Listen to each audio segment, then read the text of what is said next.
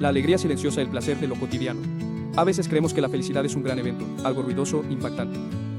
Como un logro profesional, unas vacaciones soñadas o una sorpresa espectacular.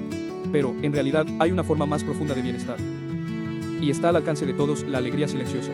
Es esa chispa que sentimos al saborear una taza de café en calma, al ver cómo entra la luz del sol por la ventana, al reír con alguien sin necesidad de palabras.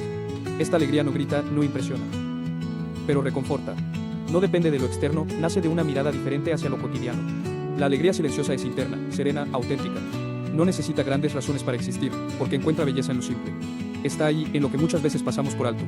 ¿Cómo empezar a descubrirla? Observa, siente, respira, disfruta el momento presente sin prisa. Agradece 3 cosas cada día. Permítete jugar, reír, cantar sin razón. Y sobre todo, baja tus expectativas, no todo tiene que ser perfecto para ser valioso.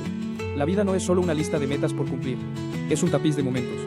Y cuando aprendemos a mirar con atención y gratitud, incluso lo más simple puede llenarnos el alma. Hoy, pregúntate, ¿qué pequeño placer podrías saborear intencionalmente? ¿Cómo cambiaría tu día si eligieras ver con ojos de alegría? Copyright 2025 raudaldevida.blogspot.com. Todos los derechos reservados.